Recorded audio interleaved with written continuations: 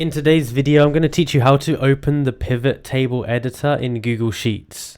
So before I start off this video, I want to say please make sure you watch this video to the end to ensure that you don't miss out any steps and to make sure you get everything correctly. Now, with that being said, I'm going to get straight into this. So the first step you need to do is make sure you go to Google Sheets and make sure that you are signed in.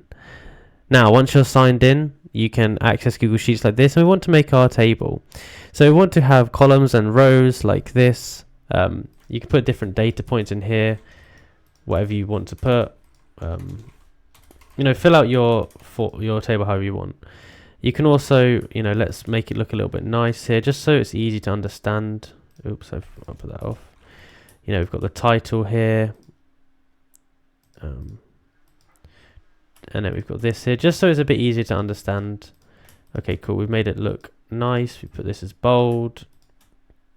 Okay, great. So now that we've got this here, how do we turn it into a pivot table? Well, what we want to do is we want to select it like this.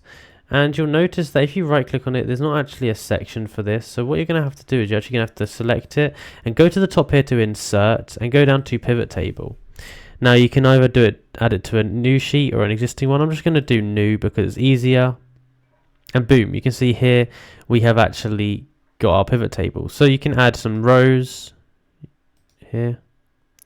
We can fiddle with that here. I can close that. We can add columns. We can add values. So we can add values here. Sum. We can fiddle with that. And close that. But basically, you can edit this here. Fiddle around with all the different data you've got in here. But yeah, basically that's how you do it.